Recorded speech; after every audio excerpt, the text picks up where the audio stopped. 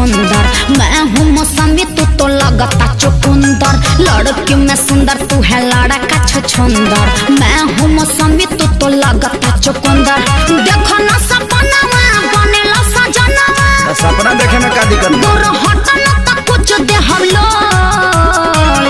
चल हट। इतना दिन से का रही फेरा में तो हम का करी? अरे तोरा फीलिंग काहे ना होला?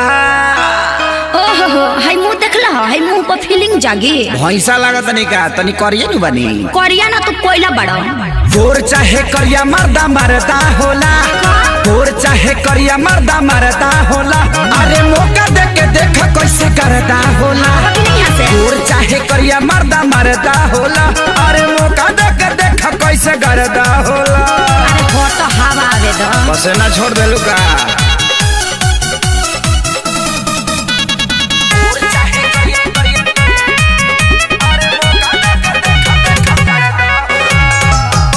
चिहारा न देखाब बत्ती से जाके अकेला में देख तू शीशा।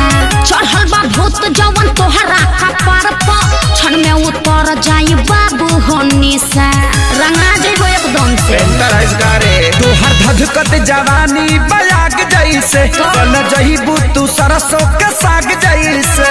करोगे जब पाला तो निकली देवाला बाबू जरा जाइबा हम हई सो देह में फोड़ा फेंक दे। Love you love you. अरे अरे देखी तोरा के दिल मेरा भीतरी से है बोला। अरे करियठा जगतो प्यार। अभी ला सुतर लाभ के तो जागल बा जाग जाए दे। गोर चाहे करिया मर्दा मरदा होला। अच्छा गोर चाहे करिया मर्दा मरदा होला। अरे मौका दे के देख कैसे करदा होला। गोर चाहे करिया मर्दा मरदा होला। मौका दे के देख कैसे करदा होला। चल हट लिबरा हा पढ़ता। लिबरवा दे।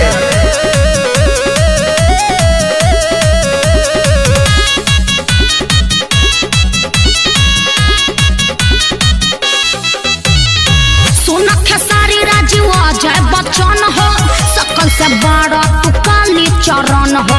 कैसे पसंद करी है प्रियंका तोहरा पर जाई न केहू के मन हो।